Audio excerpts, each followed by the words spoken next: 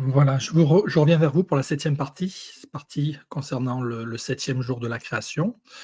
Donc nous sommes toujours dans Genèse, Genèse, chapitre 2, versets 1 à 4 et début du 5e verset. Donc on a étudié précédemment dans la partie 6 les premiers repères de rupture, pour comprendre, les éléments en fait de rupture qui sont introduits par les diacritiques et notamment par les points de ponctuation, et le point de rupture principal qui est le pasek en hébreu massorétique. Donc là, nous avançons. Cette septième partie fait vraiment, suite à la partie 6, dans la continuité, de la construction en fait de la structure et de la compréhension au niveau de l'étude. Donc on attaque tout de suite sur cette septième partie pour bien comprendre comment se définit ce septième jour et comment, ce qu'on va voir à présent, c'est comment le septième jour se situe dans un point d'équilibre et de bascule entre Genèse 1, qui concerne donc tout le récit de la création qui se développe en 6 jours, et le récit de la création qui est reprise après dans une forme, la forme d'un jardin en Éden avec, l'homme et les arbres du jardin, jusqu'au chapitre 3. Donc, on va voir comment en fait le septième jour, constitue un point de bascule et à la fois de rupture et à la fois de bascule et d'équilibre entre le chapitre 1 et les chapitres 2 et 3. Identification et cohérence structurelle des arrêts pas secs, en Genèse 1.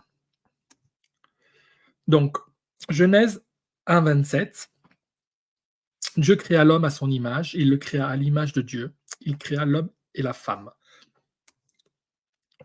Sur la partie droite, donc vous avez les éléments du texte en hébreu, et le pasek étant donc, comme on l'a déjà vu précédemment, ce trait vertical, un trait de rupture, qui est un trait vertical qui vient scinder le verset en deux parties. Et ce trait vertical vaut en fait pour une fin de verset, c'est-à-dire pasek marque une rupture qui a la force d'un empereur au niveau des ruptures, de l'aspect disjonctif du texte, c'est-à-dire qu'il définit une fin de verset, il a la valeur égale à une fin de verset, même si elle est en milieu de verset, et elle est là pour souligner notamment un élément d'opposition, un élément de force opposée entre le mot et la proposition qui se trouve à droite, et le mot et la proposition qui se trouvent à la suite de cet arrêt. Donc ici, l'élément de rupture du trait, le pasek, se situe au niveau du verset 27 entre la position de créer et la position de l'homme. Alors, plus précisément, c'est la position d'Élohim qui est avant la rupture. Et ensuite, c'est Et Adam. Et Adam étant l'homme avec Aleph, Aleph Tav, pardon. Voilà. Donc alpha, oméga. En Genèse 1, verset 21, Dieu créa les grands poissons et tous les animaux vivants qui se meuvent et que les eaux produisirent en abondance selon leur espèce. Il créa aussi tout oiseau ailé selon son espèce. Dieu vit que cela était bon. Au niveau du texte hébraïque, je vous aurais resitué également la rupture pasek, qui est située entre le mot vivant et la proposition qui se meuvent. Qui se meuvent étant la traduction d'un mot hébreu, du mot hébreu souligné en vert. Donc, qui se meuvent, c'est Ahumeset, et vivant, c'est Achaya, qui désigne un animal, un bestiau, une créature dans une forme brute, dans une forme du vivant, dans la qualification animale, dans la qualification de ce qui détient la vie, un être vivant. Quant au mot Ahumeset, il est formé de la racine Heresh, qui donne toute idée de conception, de génération, d'accroissement. suivi de la racine memsin, qui désigne une activité extérieure réunie au mouvement relatif, donnant toute idée de ce qui se meut d'un mouvement contractile, se retire en soi et se met en masse, et pour finir avec le tav qui désigne l'abondance du caractère, la relation. Donc on a vraiment dans le mot qui se meuve une position contractile et la détermination d'un mouvement, donc qui est un mouvement d'activité extérieure, dans une position qui se retire en soi, c'est-à-dire qui va de l'extérieur et qui vient se retirer vers l'intérieur de l'être pour créer un effet d'amas.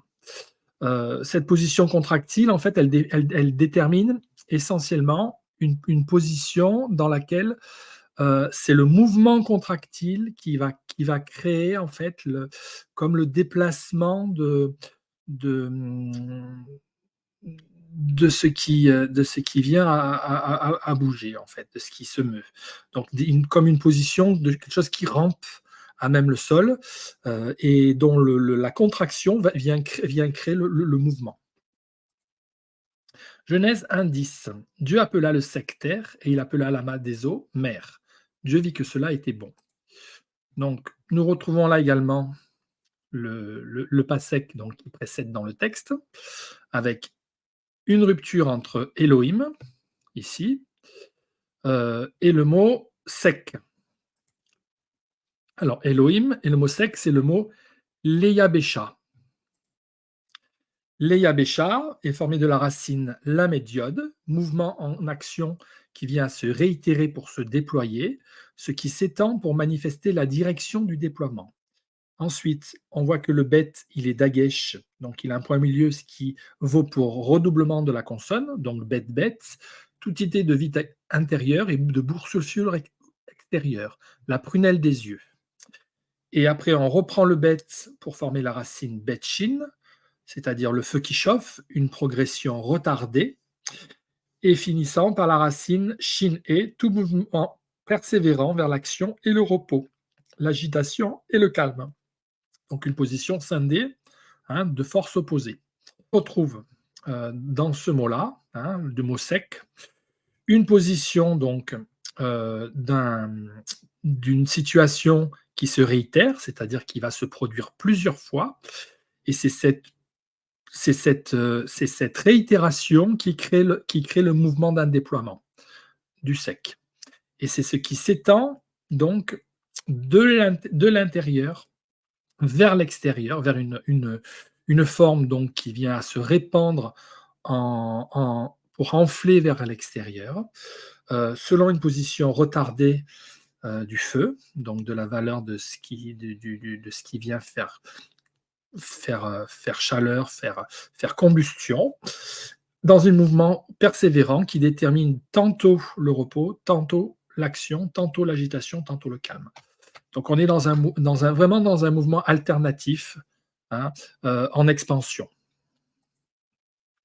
Genèse 1,5, premier pasek donc du texte de la Bible. Dieu appela la lumière jour et il appela les ténèbres nuit. Ainsi, il y eut un soir, il y eut un matin, ce fut le premier jour. Donc dans le texte, le pasek se fait entre la position d'Élohim, donc Dieu, et la position de la lumière, la Ovre. La Ovre et Elohim. Après le verset 27, on a une rupture donc dans le verset 29 du premier chapitre, et Dieu dit: Voici, je vous donne toute herbe portant de la semence, et qui est à la surface de la terre, et tout arbre ayant en lui du fruit de l'arbre, et portant de la semence, ce sera votre nourriture. Donc là, je vous ai resitué donc pareillement le pasek avec les mots soulignés en orange et en vert dans la position contradictoire, dans la forme opposée que détermine la rupture du pasek. Et ça détermine une rupture entre donne toute herbe et portant de la semence. Donc, portant de la semence, c'est Zoréa Zera, et donne toute herbe, c'est Et, Chal, El, Kal, Esev. Donc, Esev est formé des mêmes consonnes que le mot Esav, Ésaü.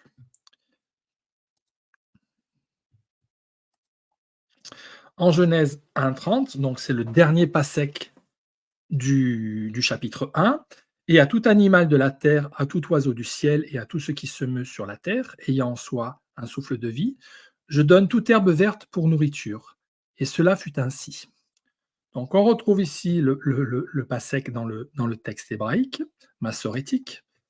Donc la rupture se fait entre etou et atou et ce qui se meut. Ce qui se meut étant homes. Et, et atou, c'est ulichol. Si on regarde la structure du texte, déjà, ce qu'on peut voir, c'est qu'on peut dénombrer un, 2, 3, 4, 5, 6 passecs dans le chapitre 1. Donc 6 points de rupture au milieu des versets et qui traduit donc une séparation en 6 positions selon le nombre de la complétude de l'homme. Donc c'est intéressant de voir qu'on a une sorte d'analogie entre le nombre de jours et le nombre de ruptures passec dans le texte. Au niveau des éléments du passec, donc, comme je vous ai dit, le passec introduit une rupture forte et en même temps un élément d'opposition entre les deux parties séparées. Donc, il est possible à partir de ce moment-là de regrouper les mots qui figurent à la droite du passec et les mots qui figurent à la gauche du passec pour avoir une lecture selon cette logique de rupture et de force opposée. Bien entendu, tout ce qui est introduit à la suite, jusqu'au nouveau passec, se trouve en élément de contradiction du mot qui précède le passec. Et de la même manière, le dernier mot qui clôture vers le nouveau passec se trouve pareillement en effet d'opposition. Donc on a des effets d'opposition successives, de forces opposées successives, qui vient dérouler le récit de la création selon cette organisation et cette compréhension structurelle de ces ruptures-là.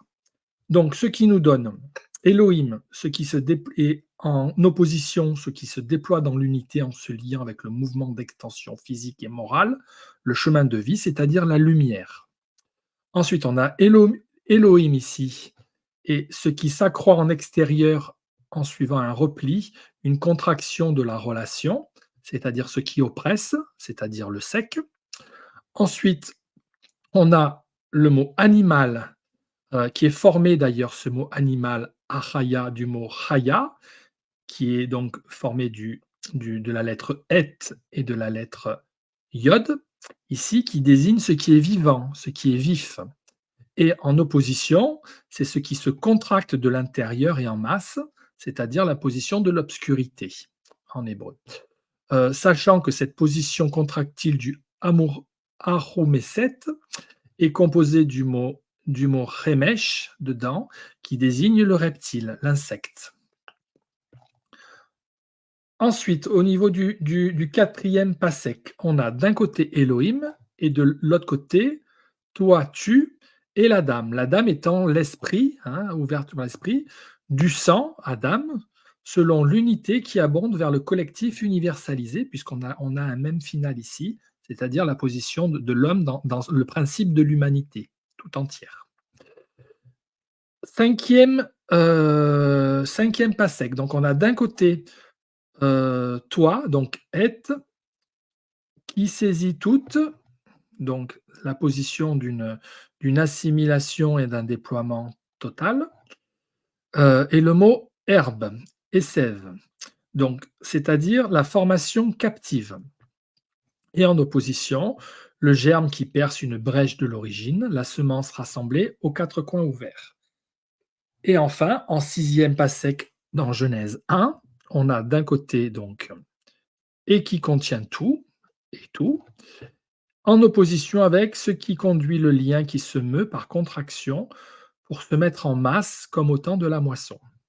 Homes. Donc, si on prend, on totalise en fait les mots et qu'on les associe dans l'ordre de parution, du côté donc droit du passec, on a Elohim, Elohim, l'animal vivant Elohim, toi qui saisis toute formation captive et toi qui contiens tout.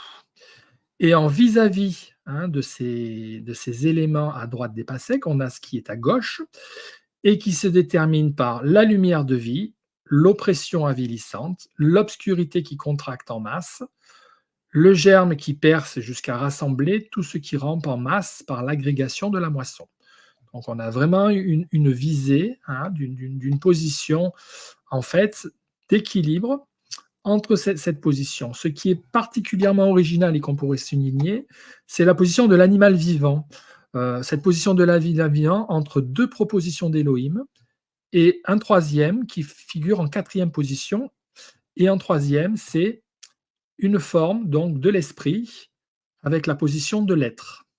Donc l'esprit dans la position primitive, on va dire première de l'être, dans une position donc d'esprit qui vient apparaître et qui traduit le mot animal, mais en fait qui traduit une position du vivant par l'esprit en fait. C'est ça que vient introduire cette notion d'animal et de créature animale. On va maintenant examiner les pas secs et comprendre la structure du texte depuis Genèse 2 et Genèse 3. Chapitre 2, chapitre 3. Donc, en Genèse 2:5, d'un côté, on a aucun, d'un autre côté, on a un arbuste, sachant qu'on avait vu précédemment dans l'étude que aucun, c'est la traduction de Véral, donc une position d'une totalité. Donc, c'est une position de la totalité de ce qui précède, c'est-à-dire de ce qui vient définir et qualifier le septième jour de la création dans les 4 premiers versets, dans une forme globalisée totale, et dont le passec vient renverser l'élément de lecture par rapport au mot suivant, qui donnera donc la traduction de aucun. Donc, aucun arbuste des champs n'était encore sur la terre, et aucune herbe des champs ne germait encore, car l'Éternel Dieu n'avait pas fait pleuvoir sur la terre, et il n'y avait point d'homme pour cultiver le sol. Donc, Férol, et le mot suivant, c'est le mot siar, qui désigne un buisson ou ce qui relève d'un débat, hein, d'une discussion. Genèse 2, 21, c'est le passage suivant. Alors l'Éternel Dieu fit tomber un profond sommeil sur l'homme qui s'endormit. Il prit une de ses côtes et referma la chair à sa place. Donc le passage se détermine entre Elohim, donc le nom de Dieu, dans la position du créateur Elohim, et ici c'est le mot qui définit le profond sommeil. Le profond sommeil, c'est tardema. Alors, fit tomber, en fait, c'est ce qui apparaît au début du verset. Là, on a l'Éternel, Dieu, et tomber, c'est le premier mot du verset. Ce mot-là détermine la position d'un profond sommeil. Donc, il y a une position de rupture et d'opposition entre Elohim et la position du profond sommeil. Sachant qu'en hébreu, le profond sommeil est toujours un élément type qui symbolise la mort, en fait, ce qui part dans l'obscurité et dans le néant. Donc, tardema, le mot hébreu, définit une hibernation, un coma, un profond sommeil. C'est la modalité du sang de tout ce qui renonce à la séité, ce qui rend l'eau en effusion comme identique au sang. Donc, on a vraiment une position d'assimilation du sang par rapport à ce qui rend l'eau, en fait. La position du sang, c'est ce qui rend l'eau en effusion dans la pensée hébraïque. Genèse 2, 22. L'Éternel Dieu forma une femme de la côte qu'il avait prise de l'homme, et il l'emmena vers l'homme. Donc, on a ici le passec entre le nom d'Élohim et le mot toute côte, ou de la côte. Plutôt pas toute, de la côte. Donc ici, c'est la position donc de la femme ici. Donc de la femme, ici la position d'Élohim, et la position de la côte est ici. Donc la rupture se fait entre Élohim et la côte. Donc il y a un effet de renversement du formé qui est au début, et la position de la femme se trouve dans cette position-là au niveau du texte.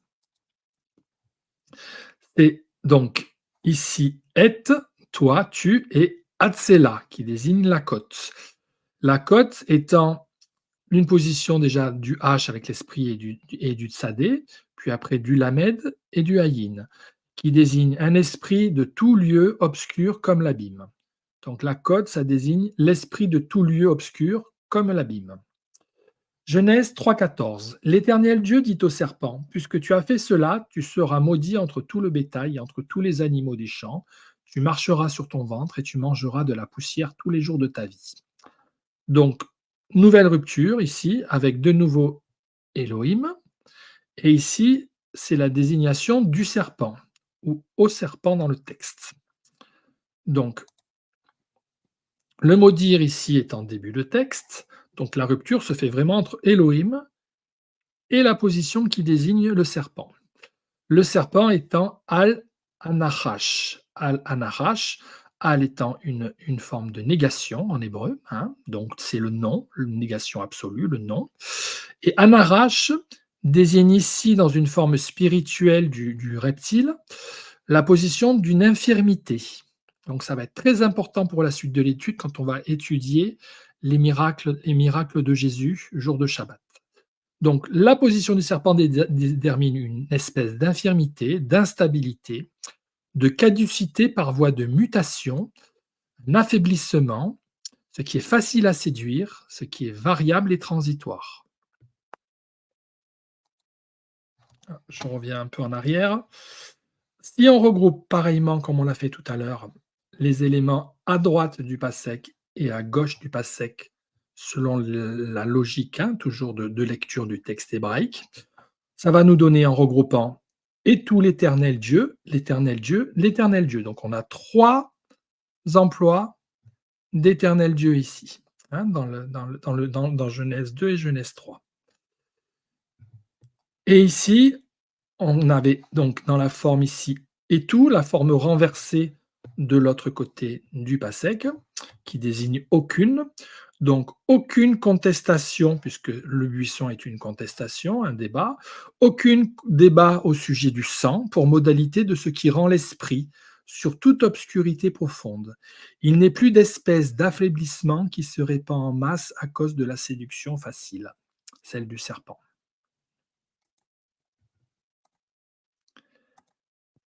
Alors, on va maintenant lier les éléments de cohérence structurelle au niveau des arrêts de Passec, depuis Genèse 1 jusqu'au chapitre 3 de la Genèse. Donc, je vous ai remis ici en orange ce qui se situe directement à droite des Passec dans le texte, hein, à travers les trois chapitres.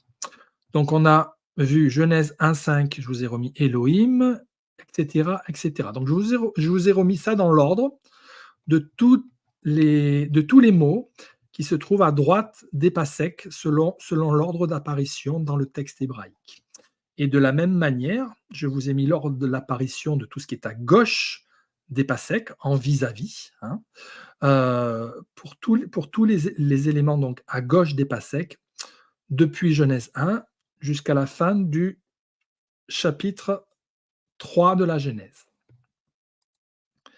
Alors, on peut voir déjà qu'il y a un élément de symétrie, hein, qui figure ici entre 6 mots dans le premier verset, donc 6 passèques dans le premier verset, et ici on compte 7 passèques, sachant que le 7e jour introduit l'élément de bascule entre le récit de la création dans la forme totalisée du 7e jour, en opposition avec donc le mot arbuste, et à la suite de ça, on a de nouveau 6 propositions, hein, concernant 6 passèques qui vont suivre dans le chapitre 2 et 3. Donc au total, ça nous donne 13 passèques. 6 en Genèse 1, 7 en Genèse 2, dont un passèque au 5e verset du chapitre 2, qui est la conclusion du 7e jour, et qui est le point de bascule vers le récit du jardin d'Éden, avec Adam et Ève dans le jardin, avec l'arbre et l'histoire du serpent. Donc si on regarde ici, cet élément de symétrie apparaît au niveau des mots des passèques. On va pouvoir lier donc Elohim avec la face, le visage. Ensuite, Elohim avec l'Éternel Dieu, et cetera. Donc on va les associer dans une position d'assemblement dans la figure de l'opposition. Donc d'un côté Dieu, et on a de l'autre côté détourne la face, et renvoyé de sa face est empêché, en opposition. Donc ce qui est empêché, ce qui est renvoyé de la face de Dieu, vient en opposition avec le nom de Dieu. Ensuite, on a un élément intéressant qui est la position du Créateur, qui est une position renversée, comme opposée avec le nom de l'Éternel Dieu, c'est-à-dire le nom composé qui associe le Créateur et l'Éternel.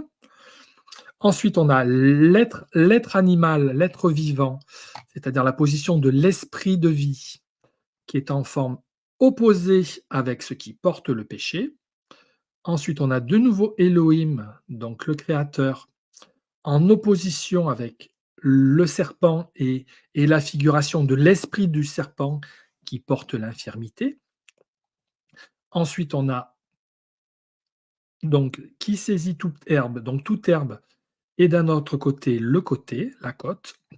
Et enfin, et tout ce que, la totalité, ou l'irol, dans le verset 30 du premier chapitre, qui va venir s'associer en opposition avec le profond sommeil, c'est-à-dire la mort.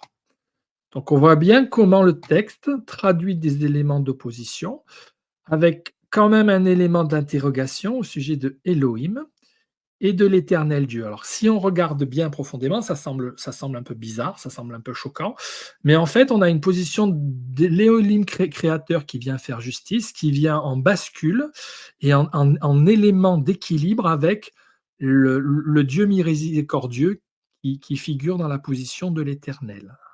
Voilà, donc il faut bien comprendre qu'il y a une position de justice de Dieu qui vient dans une opposition figurer un point d'équilibre avec la position de la miséricorde de Dieu.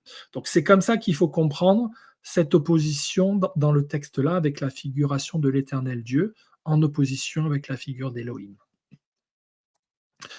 De la même manière, on va continuer avec un renversement depuis, donc en associant en opposition Genèse 2, 21, et on va le croiser avec Genèse 1, 5 et ainsi de suite.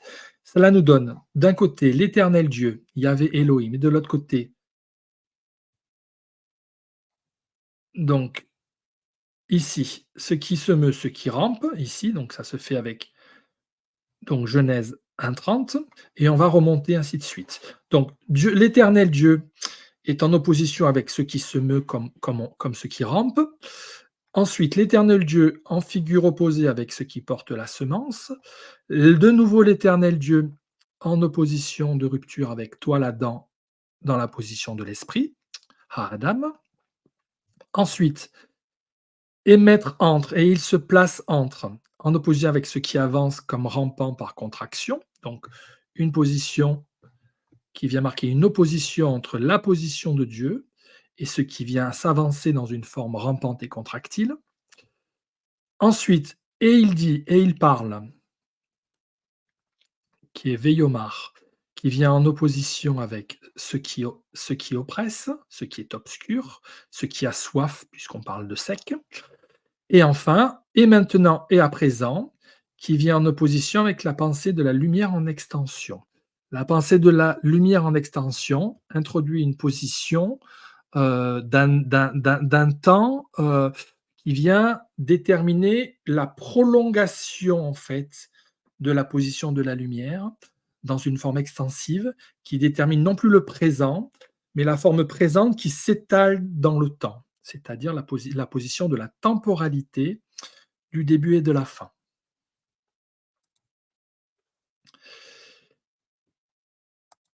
Alors, nous continuons avec l'identification de la cohérence structurelle des arrêts pas secs. Hop, excusez-moi, petit souci. Voilà. Donc, on prend l'identification, j'ai remis pareillement les mêmes termes au niveau des mots qui sont en vis-à-vis des pas secs dans le texte hébreu, donc même structure que tout à l'heure. On voit qu'on n'a aucun arbuste, aucun débat. Le débat est de notre côté la totalité. Ici, on a dans la position ici, non plus, renversé vers le bas, mais directement depuis un 5 et à partir de Genèse 2:21. On va associer les mots, ce qui nous donne une autre forme d'association, d'une position opposée entre Dieu et la mort, le profond sommeil, entre Dieu et ce qui se détermine à ton côté, de ton côté. Ensuite, l'être vivant, l'être animal qui se définit en opposition avec le serpent qui s'avance, hein, puisqu'il n'est pas infirme, donc le serpent qui avance, qui se meut. Ensuite, une opposition entre toujours Dieu et la position donc de l'inimitié, de la faute, de la honte, donc du péché. Une position donc de toi qui saisis toute herbe et la position de l'éternel Dieu. L'éternel Dieu se déterminant non pas dans la forme de l'herbe saisie, mais dans la forme de la miséricorde. Hein. Et enfin, et tout ce que est ce qui détourne la face, c'est-à-dire la totalité, et la position qui vient à détourner la face, qui vient à renvoyer de sa face, qui vient à empêcher. Au milieu, on a et tout, et aucun arbuste en Genèse 2:5. Le passec central, hein, qui vient faire l'élément comme un chiasme hein, d'inversement et de miroir entre le Genèse 1 et ce qui détermine entre Genèse 2 et 3. Et pareillement, on remonte, donc opposition entre le nom de Yahvé Elohim, l'éternel Dieu, et la position de la lumière en extension, c'est-à-dire la position du temps dans une forme extensive. L'éternel Dieu et ce qui est sec et qui oppresse viennent en opposition. L'éternel Dieu et ce qui rampe viennent en opposition. Et il se place entre toi, qui est en opposition avec toi là-dedans en esprit. Opposition entre et la parole et ce qui porte la semence. Et une opposition entre la position du maintenant, du présent, et ce qui se meut avance sur la terre. Donc, dans une position d'avancement terrestre, donc une position d'un mouvement terrestre qui se fait dans une position rampante.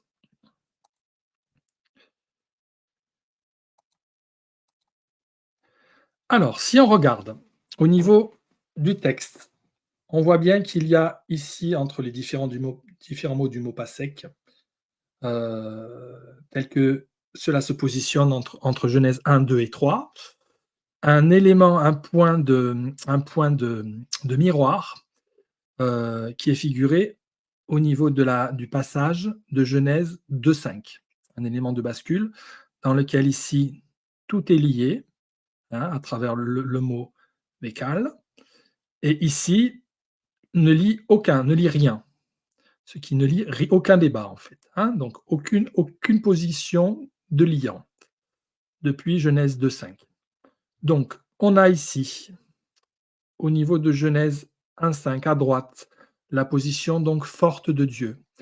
À la droite du royaume des cieux, c'est-à-dire la position du trône céleste. On a Dieu, les 4 êtres vivants tels qu'ils sont figurés en Apocalypse.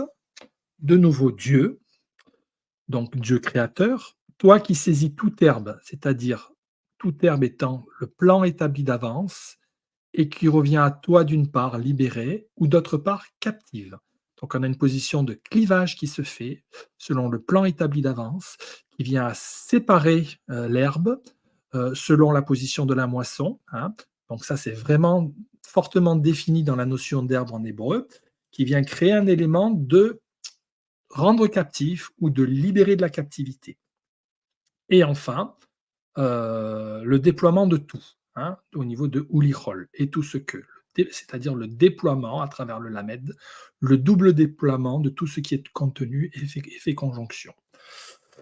Ça, c'est les positions à la droite du royaume des cieux, du trône céleste. Hein. C'est les éléments qu'on retrouve à la droite en Genèse 1, à la droite des Pasèques. À la gauche des Pasèques, maintenant, dans le Genèse 1, se détermine ce qui est à la gauche du royaume des cieux, du trône céleste. On a à la gauche du trône céleste la lumière qui se répand dans l'obscurité vers tout ce qui se déplace en rampant par contraction, toi l'Adam, dans la position de l'esprit d'Adam, portant la semence de ce qui rampe également, puisqu'on a une récurrence de la position rampante dans le texte, ici, au niveau des mots à la droite des pas secs, Genèse 1. Maintenant, dans Genèse 2 et 3, nous avons à la droite la position non plus du royaume des cieux, mais la position de la terre, du royaume terrestre. Position ici qui est plus qu'on va plus déterminer à la droite du trône, mais à l'est de l'Éden, à l'est de la terre. L'est étant la position dans laquelle le Messie vient, c'est-à-dire la position qui traduit la venue du Messie, l'identification du point de venue du Messie. On a dans la position donc de la droite de l'Éden, de la droite de la terre, ici, toujours une position divine, mais dans une position incarnée, l'éternel Dieu, l'éternel Dieu, l'éternel Dieu, donc une répétition par 3 fois de l'éternel Dieu. Ensuite, se place entre, c'est-à-dire sépare et devient l'inimitié. Donc on a toute la figuration messianique d'une position dans laquelle le Messie vient prendre le péché pour le séparer, et il vient se faire pécher pour poser le principe de l'expiation et de l'œuvre d'expiation du péché pour l'Adam, hein, pour la position du Fils de l'homme, c'est-à-dire du Messie dans la position adamique. Ensuite, et la parole dit, donc et il dit, en fait, c'est la position de la parole incarnée, maintenant, aujourd'hui, à l'instant, aussitôt. C'est-à-dire que ce qui se place à la venue du Messie, c'est la position de la temporalité qui détermine le maintenant. C'est-à-dire que c'est la forme de l'incarnation qui détermine la personne de Dieu dans la position présente et dans la position centrale du temps regroupé au jour du Messie. C'est-à-dire c'est le jour de l'Éternel, c'est le moment où le Messie vient apparaître sur la terre, c'est-à-dire c'est le moment où le Messie se révèle à nous, et le moment dans lequel, dans l'histoire de la terre, il est venu se manifester et se révéler dans une position centrale de l'histoire pour la vie des hommes. À gauche de la terre, donc ce qui est à l'ouest, détermine ce qui est à la fin des temps. La position que certains appellent le retour du Messie. Mais c'est une position qu'ils font comprendre à l'ouest, c'est-à-dire dans une position de celui qui vient, c'est-à-dire non plus du Messie qui est identifié dans la position de la venue du Messie, mais dans la position d'un retour, c'est-à-dire d'une manifestation du Messie qui se fait dans la position du Tav, c'est-à-dire dans la position de l'Oméga, dans la position d'un regroupement de la totalité de l'humanité dans la position temporelle.